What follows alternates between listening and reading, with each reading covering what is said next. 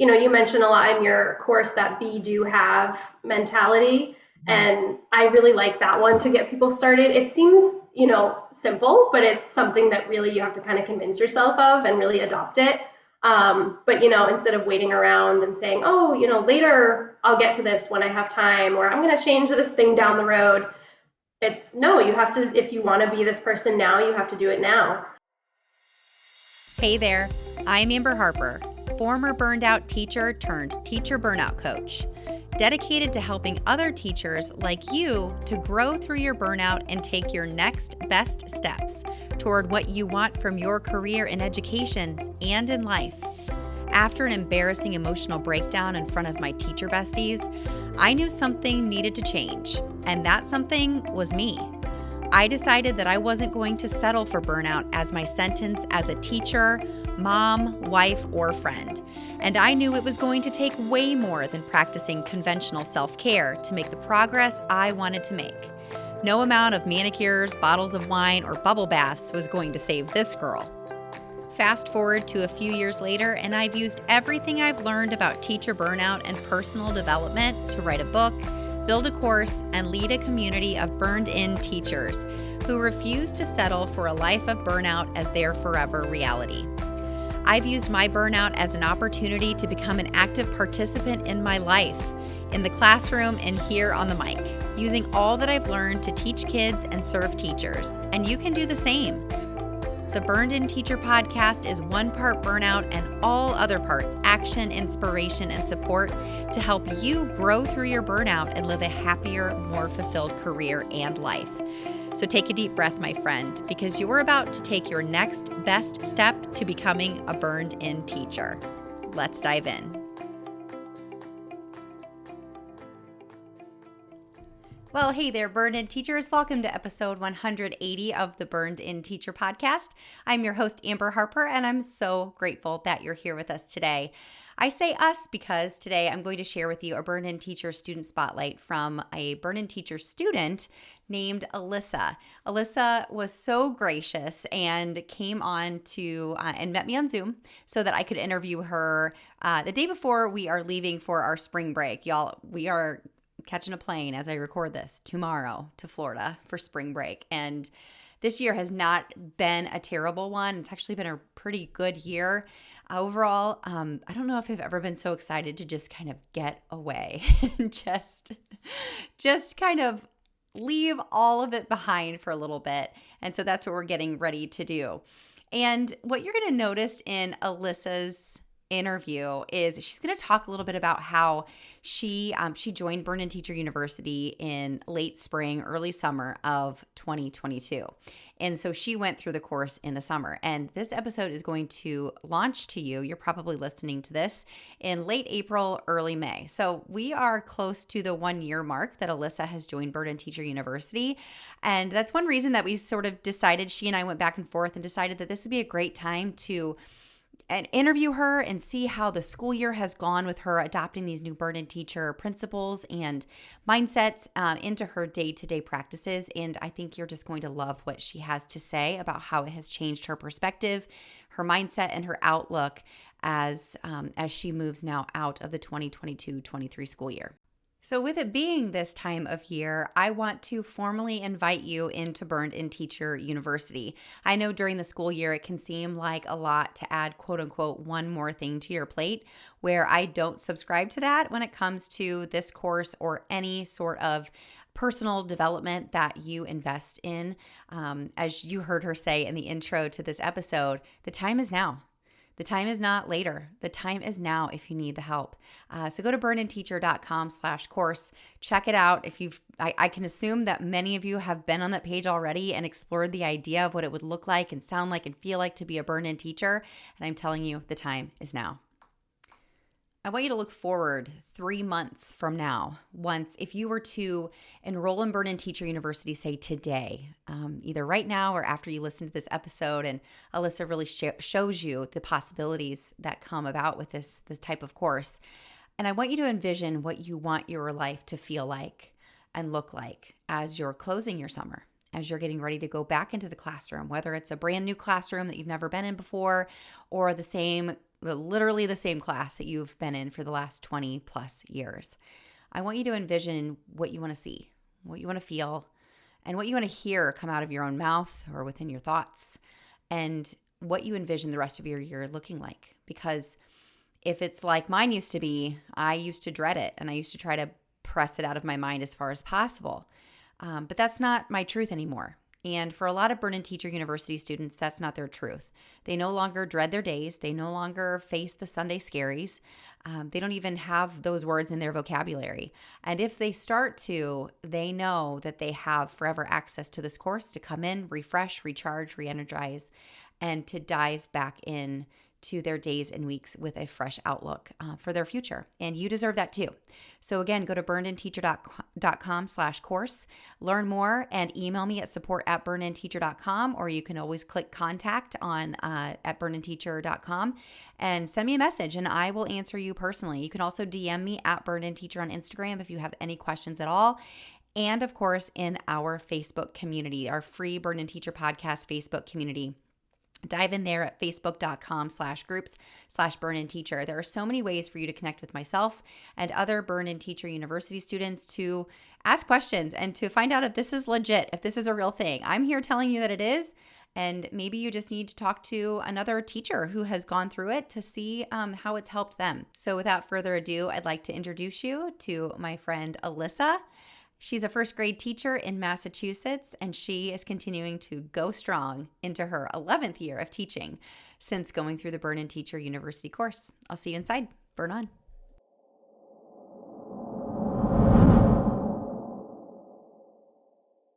Well, hi, Alyssa. Thank you so much for joining us on the Burn Teacher podcast today. Thanks so much for having me, Amber. It's really great to be here. It's my first time being on a podcast, so it's really exciting. That is really exciting. Well, I'm so grateful that you are joining us today to tell us about your burnout story and your experience with Burn Teacher University. And so tell us a little bit about you. Sure. So I live in Massachusetts. I grew up in Massachusetts, and I currently live in a suburb of Boston with my husband. I also enjoy spending a lot of time with my parents and my sister who live nearby. And in my free time, I love doing yoga. I love dancing. I've been doing salsa dance for the past 6 or 7 years. And I also love being outside in nature. We spend a lot of time going on hikes, going on trips to national parks and mountains and things like that. You're speaking my love language right now. I don't know if you know that about us, but we just love spending time out on hikes and exploring national parks. And yeah, that's just a great outlet. So what grade do you teach? So I'm currently teaching first grade. I'm in a classroom called SEI Integrated, which means that I have students who are native English speakers, as well as students who are sort of beginner, advanced, intermediate English learners as well.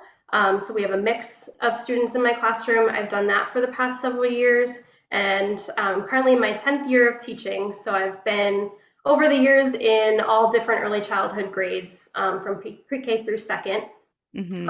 And yeah, the last few years have been in first. So I'm hanging out here for a while and trying to kind of settle into one position after being, switched around for many years. Yeah, I totally get that. That's really nice that you've had the ability to kind of grow into this position. Is this something you've always wanted to work with English language learners? I don't think I knew that when I initially started teaching. I studied early childhood in undergrad, so I kind of knew right from, college that I wanted to go into teaching. And then actually through some service programs that I did in college, I decided that I wanted to spend a couple of years in a volunteer teaching program after graduating. So my first 2 years of teaching actually were in Honduras, and I taught in a bilingual school there. So I kind of developed a love for the language and the multicultural aspect there. When I came back, I also taught in a dual language program in Boston, and so I've been kind of heading in that direction ever since of spending more time with students who are language learners. I was an ESL specialist for a few years, so I've worked with kind of that population in a few different capacities. Oh, that's really, really cool. I visited Honduras in high school. We went on a missions trip there. I was cool. a junior. Yeah, it's such a beautiful country. Yeah. Mm-hmm. So with this being the Burned in Teacher podcast, I'd like to start with the hard stuff. Can you tell us a little bit about your challenges with burnout, what that looked like, what that felt like, when it was, what brought it on, anything you're comfortable sharing. Yeah, I think as I was actually reflecting, preparing for this conversation, I realized I probably had an earlier kind of episode of burnout that I didn't identify as that at the time. When I was teaching in Boston in 2017, I had a very challenging year and I ended up switching districts and switching positions. I took a break from being a classroom teacher and I switched to an ESL specialist. And I think that at the time that kind of solved the problem. It gave me a little time to recuperate. But the story that sort of brought me to you was last school year, so the 2021-2022 school year.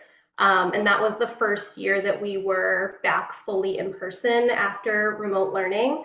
And I think the main challenge for me that year was I had a handful of students who had very challenging behavior due to trauma, different disabilities, anxieties, and I think just the fact that they were all coming back to in-person learning after so long and dealing with so many like social emotional needs. So that was just something that throughout the year was really draining to me. And I think, it caused me to have like a lot of negative thoughts about my own teaching, like why are students like this in my class? What am I doing wrong that, I'm not able to handle these things? And I was feeling really alone in that. I didn't have a paraprofessional that year because they just couldn't hire anybody. The position was vacant. I did have a part-time student teacher for a couple of months, but most of the time I was pretty much, on my own and kind of trying to handle a lot of needs, and just wasn't really feeling a lot of support from the other people in my school, the counselors, the administrators. And, looking back, I think they wanted to support, but everyone was sort of going through these challenges coming out of the pandemic, right? Of not having enough resources, not having enough staff, and having so many students who needed us. But I was just, kind of feeling really left in the dark and struggling to get these students what they needed, and just like dreading coming to school every day, just worrying about like what crazy thing is this kid gonna do today? Will we be able to make it through any lessons? Is everyone gonna be safe? And so a lot of just like negative thoughts kind of circling and not being able to like get myself out of this situation with the group of kids that I had. Ugh, I can feel that so deeply. I totally know what that's like to feel that dread of going to school every day and not wanting to get out of your car, and like Yeah. driving away and being like, I don't want to drive back. I Mm-hmm. have been in that position. So you said you didn't feel like you, even though you now believe that they wanted to support, maybe they didn't know how, or just they were stretched too thin. Did you have anybody outside of school that you could turn to for any support at that time? Yeah, I mean, I think I definitely discussed all of these things with family and friends. But, another sort of side challenge of all of this was that I was just feeling miserable and not myself. And whenever I would spend time with like family and friends, I felt very negative. I felt like I wasn't able to give, who I wanted to give to them. I wasn't able to be present when I was with people. And I felt like I was just sort of always like venting and complaining, like I hate this job, I hate, I hate going to school every day, and so everything just sort of became negative. And I feel like people were good support and were good listeners, but it wasn't necessarily anything that would actually change my situation. Right, right. It was the venting, it was getting it out, but then it wasn't followed with Yeah, like massive support of like suggestions or resources or, any of the things that you really needed at that time. right. So how did you find, you said you found Burned In Teacher around that time. So how did you find, was it the podcast? Was it Instagram? What was it? Where did you find me? Yeah, so I actually, or in the spring of 2022, I kind of started to have that feeling of, I need to reach out to other teachers. I need to reach out in my network and start to see like, how are other people managing this? What can I do to get out of this situation? So I started talking to just some different colleagues who I knew, either had families that they were able to balance, and I was curious to hear how they made it sustainable, or other people who maybe were leaving, and I was curious to hear their perspective. And I had a coworker who connected me with a different podcast, the Teacher Career Coach podcast. Yeah. And I started listening to that, but that was more focused on leaving teaching. And I Hmm. didn't feel like I was at the point that I wanted to leave teaching, but at the same time, I didn't really know how I was going to come back for another year. So I was kind of trying to find, like, all right, I'm not ready to leave, but how can I at least get myself prepared to come back in the fall? Hmm. And I believe you had been interviewed at one point on that podcast, Yep. or somehow I was connected to you through Yes. that podcast. Yeah. So then, started listening and kind of being connected to other resources through that. So yeah, I looked up your course, on the website, and it felt to me like exactly what I needed at the time. And, I had nothing to lose. And I wasn't planning to do any teaching or anything over the summer, which I know was, a true privilege to be able to kind of take that time and reset. Yes. Huge Um, perk of teaching. yes. So yeah, so I did your course over the summer. And, I also did a couple of other sort of self-care things. I went on a couple of days yoga retreat, which was awesome. I did like some therapy as well. So it was kind of like, let me just throw out like everything I've got and, try to get myself back in a good shape for the fall. So yeah, so that was how I found you and your course. Oh, I love that. Thank you so much for sharing that. Yeah, the summer is like when a lot of teachers join the program. That's when a lot of people Hmm. enroll. And I totally get it. I'm there too. Like, we can't handle what seems like one more thing, even though I don't like to say that the course is one more thing. I feel like it is the thing Hmm. that can really help you to pull through, especially in those really hard rock bottom moments.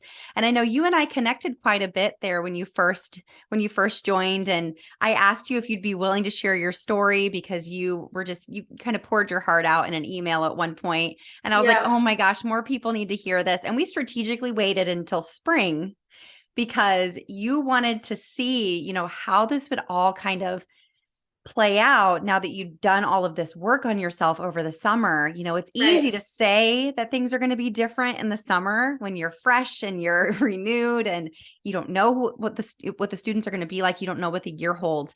It's a Hmm. different story when you're actually in it then in the fall, winter, and now spring. Right. So can you kind of give us a window into how your days and how your weeks are different now than they were pre-burned in teacher?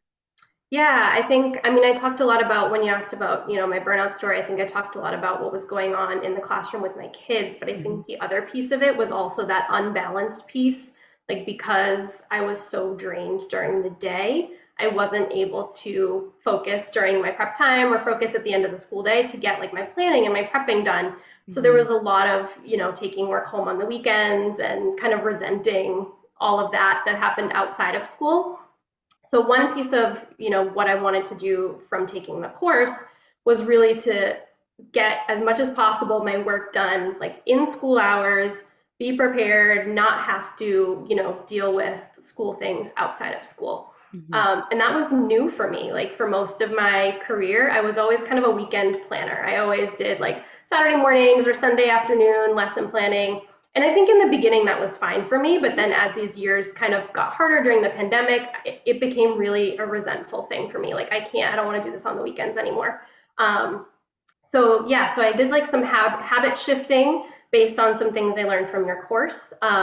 So now I use the Trello board actually that you had showed, and I set up ahead of time, this is how many hours I want to work each day this week, and I kind of plan out like what tasks am I doing before school, during school, after school. And it's certainly not perfect. It's a work in progress still, but I try as much as possible to kind of stick to those plans. Hmm. And I've been able to keep my hours around 45 hours per week, and very minimal, if anything, like no work on the weekends. And that has been life changing, honestly, Yeah. just to be able to really renew and recharge and enjoy my weekends and be present. Um, Even if, there's some little detail that for the next week that, oh, maybe I didn't quite finish it to the point where I wanted to, but I come in and I feel more ready to be with the kids and more myself. Um, so that's been really one huge change, is just like having everything ready before the weekend, coming in on Monday and just being ready to go. That is incredible. And that's actually one thing that I apply big time in my own classroom is I do not leave on Friday unless I am prepared at least for Monday. And now it's gotten to be where I leave on Thursday and I typically have my whole next week pretty much planned out. There's Hmm. some things here and there, like you mentioned, but I'm definitely not worried on Saturday or Sunday about what I'm going to be doing on Monday. That's like Right. the worst feeling in the world, especially when Yes. it's just one of several factors that are very hard throughout our day. Yeah, I definitely used to have like that Monday scramble to try to get everything ready. And now, yeah, like you said, by Thursday or Friday, it's done, for the most of the next week, come in and everything just goes so much more smoothly. I think, I have the benefit now of having been in the same position for a few years. So thankfully, my curriculum is pretty familiar to me and I'm not like recreating new things. So I Hmm. know that it would look different if, it were someone who was in a position for the first time or in a new grade level. But I think the same strategy works of kind of saying, these are the hours, this is when I'm doing each thing, and just being really intentional about it because otherwise I would just sit down and just feel so scattered and I wouldn't do anything. Yes. So, 100%. And I'm so glad you also talked about kind of that idea of it's called work creep that happens to us as teachers. Like when we first start teaching, we're not like we're new and we're fresh and we're excited and we don't really think twice about, putting in some hours on a Saturday or a Sunday or in the evenings, it's fine. But then after a couple of years for a lot of teachers, not for everybody, everybody's different, it becomes drudgery work. It becomes like, I have to do this now on the weekend because I don't have anything done for Monday. Like, I have to do this now. This becomes mhm, urgent, and that urgency creates that anxiety. And so I'm really glad you mentioned that because I really want to stop normalizing working on the weekends, like to be a good right. teacher. I think that just needs to stop. And I want to say too, though, I will say when my kids were young, and I'm not sure, I don't think that you have young children or children at No. home. Okay. When Jeff and I's girls were younger, it really was actually very nice for either one of us. We both taught in the same school, to leave the girls with the other and go to the school for a couple of hours. And I remember a Mhm. couple of weekends, I would go in for a couple of hours. I would come home and he would go in for a couple of hours. We were both new-ish teachers. And that was just nice to have that quiet, like, I'm not going to get interrupted. I'm going to Right. go in, I'm going to get these few things done and then be done. And that worked for a while. But then, I I think that we got to a point where we're like, we don't need to do that anymore. But it was because Mhm. we set up systems that set ourselves up for success in that way. So I'm really, really glad to hear that you've also done that for yourself.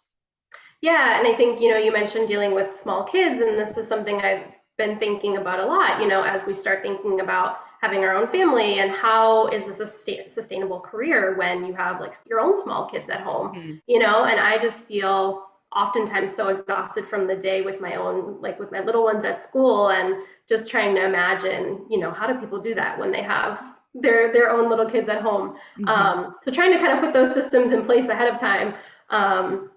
But yeah, so that was one habit that I changed. And then another one that's also been really helpful for me is a little bit earlier than taking your course. I guess throughout the pandemic, I had started doing a little bit of meditation, but it wasn't really a very consistent practice, especially Mhm. during the school year. I was like, oh, I don't want to get up any earlier to, to do anything in the morning before school. I already hate getting up early. Yeah, I don't Um, blame you. but I said, you know what, I'm just going to do it. Like I decided I'm going to get up 10 minutes earlier in the morning. I start by just doing a short, like 5 minute meditation, usually just, guided meditation audio. And then I journal a little bit in the morning, sort of based on some guidance that you had given also. Like I write down some things I'm grateful for, some goals and intentions for the day, and then I revisit that in the evening. And that's been a really nice practice too, to just sort of center myself before the day starts. And Mhm. I feel like for the most part, I've been able to maintain like a much more calm presence throughout the day with my kids. We have students who are challenging every year, right? And I have a handful this year as well, but I feel like my approach to them has been so different than my approach last year just because I'm in a better space and I'm calmer heading into my day. Oh my gosh. I'm so glad you mentioned that too. I was telling my husband it's been a couple months now that I said, I've never been so calm, facing these challenging students that I've had this year. I, I can't imagine what like 2010 Amber, or even, new teacher 2007 Amber, I can't imagine how she would have handled things differently. It wouldn't be pretty. I can tell you Yeah. that much. But now it's just a ripple in our day, right? It doesn't have to destroy our whole day, especially if you're setting yourself up with that intention and that mindfulness before you start your school day. So that's amazing. Great job. Yeah, thanks. Yeah, I definitely feel, even if it's a hard day at school, I feel like I'm able to just let it go when I leave. I come Yeah. home, I do whatever I do in the afternoon, my exercise, my yoga, my dinner with my husband, and it doesn't feel like it has like affected the whole rest of my day the way it used to. Exactly.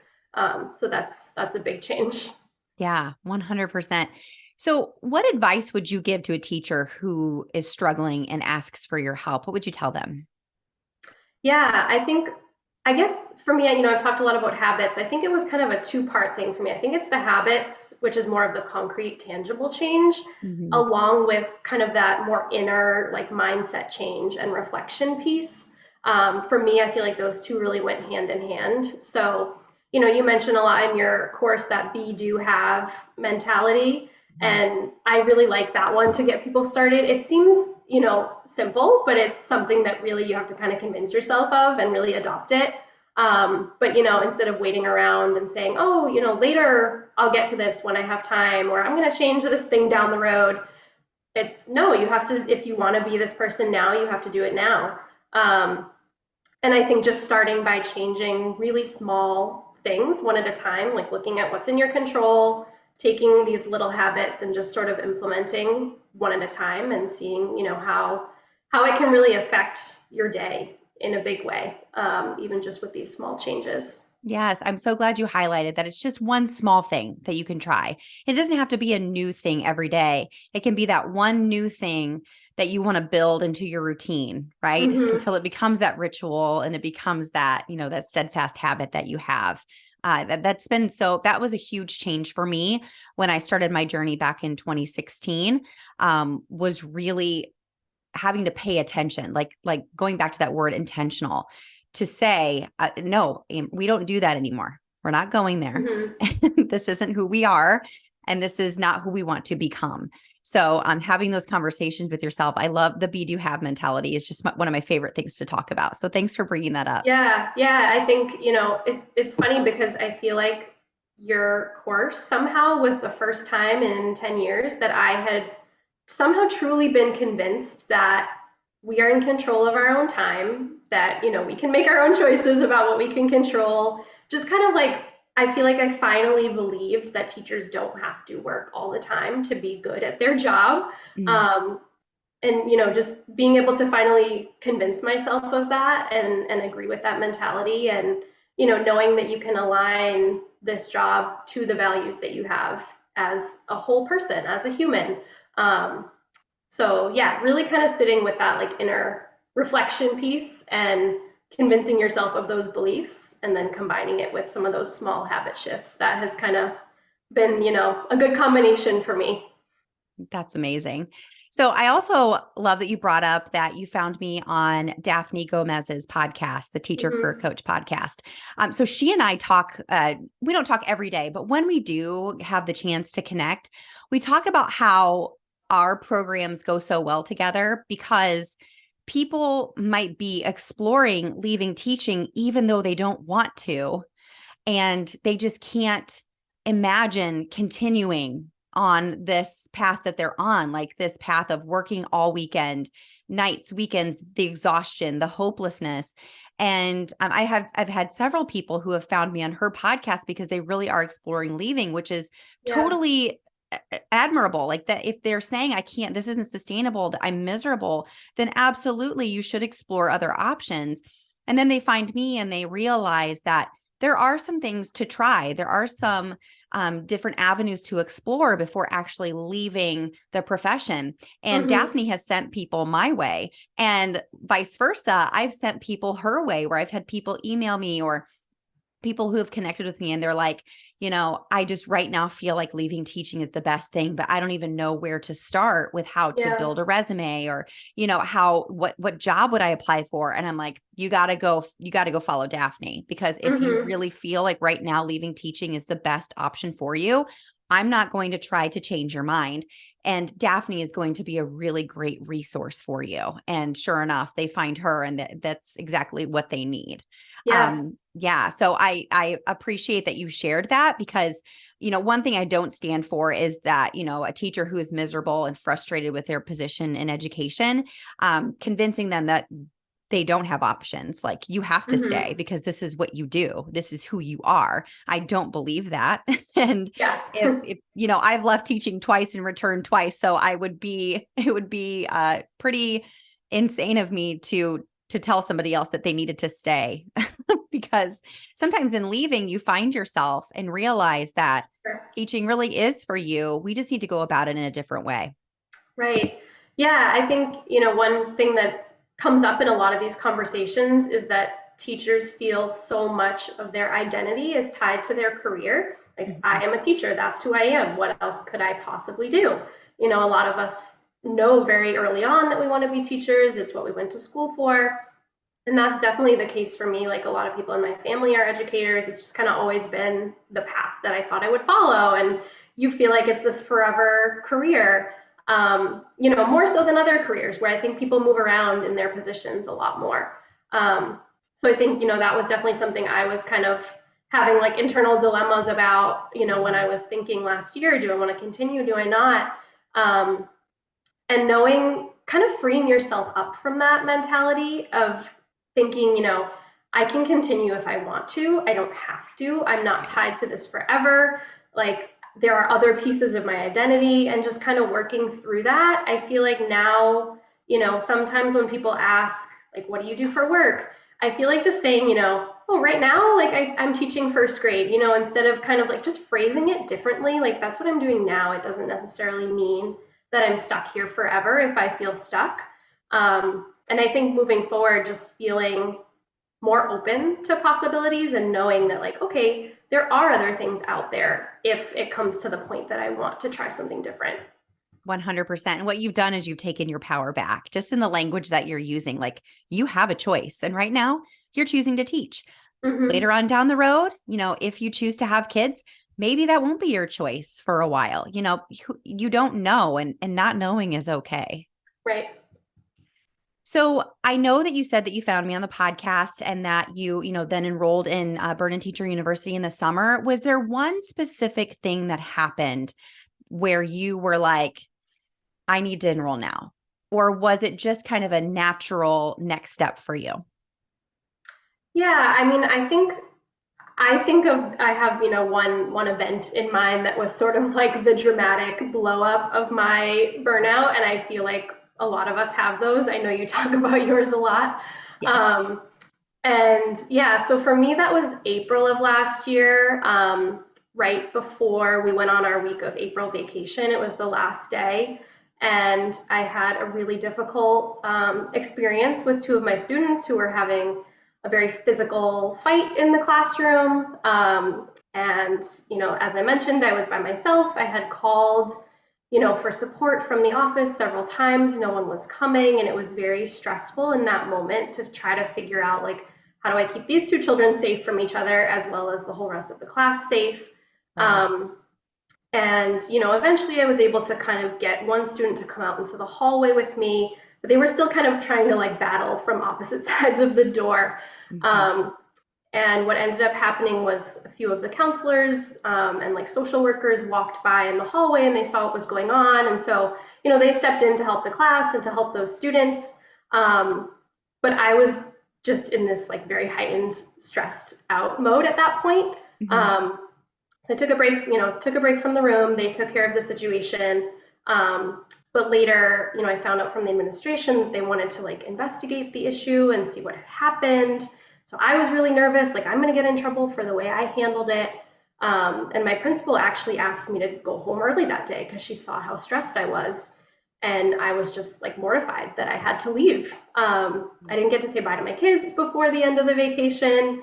and just went off on my week that I was excited for. I had a vacation planned, I had a trip planned, and then I was just so nervous, like what's going to come of this. Hmm. Um, and so that was sort of like my breaking point, I think. And thankfully after that, I came back from the vacation and there was some support offered to me in terms of like they tried to put more staff in the room whenever somebody was available. They offered, a behavior coach that I could speak with about how to help these kids. Um, so they tried, for the rest of the year to kind of put some more supports in place. But I felt like it got to that point where I was just like, I can't go on with this Hmm. situation anymore. Hmm. But I knew that I kind of wanted to wait until summer to enroll in anything because I wanted to give it my full attention and focus. And I wanted to, like you said, kind of take the control back into my own hands because I was waiting for people at my school to come and help me. And Yeah. that wasn't always something that people could do, even if they had the best intentions. Right. I felt like I need to figure out how to manage these situations on my own if I'm going to be able to continue. So, yeah, so I kind of, decided over the summer that was the time to refresh and try to gain new skills that would, help me come back ready for the fall. Oh, thank you so much for sharing that. I know that those moments are hard to sometimes talk about, but I can just imagine how stressful that must have been. Yeah. So, why do you think other educators should enroll in Burned In Teacher University? Yeah, I think for me, I really liked the way it was organized with kind of the 8 pieces of the course, the 8 modules, and how they were released kind of one week apart. So it was really, self-paced and really manageable, I thought. Like it never felt overwhelming. I feel like the way that you deliver the content is very digestible. I personally, I like writing things down. And so I really liked having kind of the journal and the reflection notebook to go along with everything. And then I think, I wasn't part of the Facebook community personally because I don't use social media, but I think just having that community probably for a lot of people is really important to be able to hear the other experiences that people are having and get support in that way as well. And I felt that even though I wasn't, on social media, like I was able to join the coaching calls if I wanted to, and just to listen to your podcast and hear other people's experiences. So I think, for me, it feels like a good first step for people because it's not too overwhelming.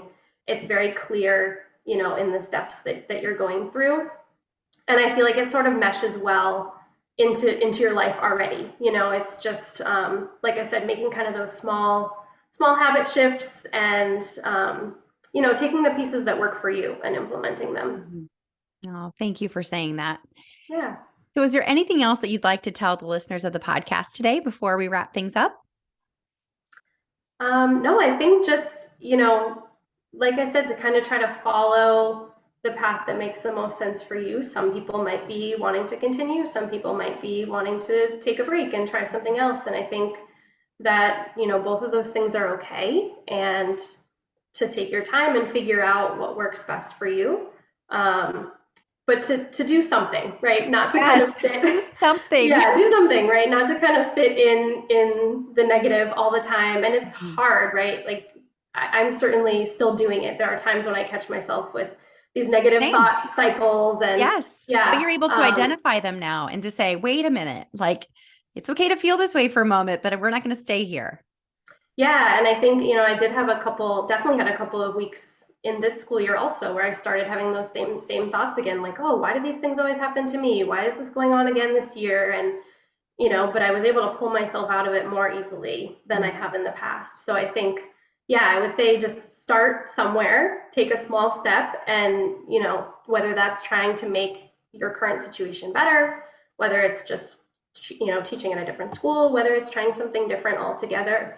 Um, but I think for me, the key was balance. That was actually like I did one of the word of the year visions that you talked Yeah. about, and that my word was balance. And so for me, no matter what my choice was about my career, the priority was balance and to Mhm. keep, my own like health, my own priorities, my own joy, right, outside of school, my family, keeping all of those things aligned with work.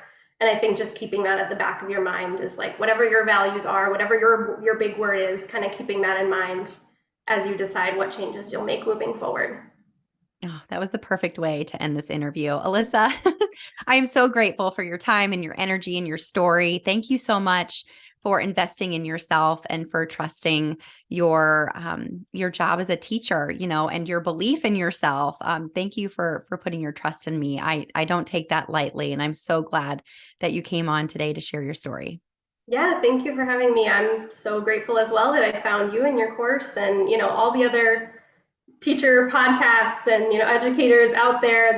There's a huge network of support out there right now, and it's so important what everybody's doing to Yes. help us all make this career the best that it can be for us. So We need I'm all the very help we appreciative can of get. that. Yes. All right. Well, thanks again, Alyssa.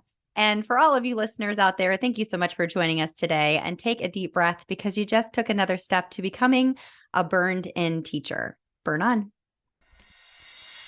If you enjoyed today's podcast episode, you can head over to burnedinteacher.com where you can access the entire vault of Burned In Teacher podcast episodes and more information about ways I want to help you go from burned out teacher to burned in human. If you enjoyed today's episode, I would be so grateful if you would head over to iTunes and leave a review and a rating about the Burned In Teacher podcast.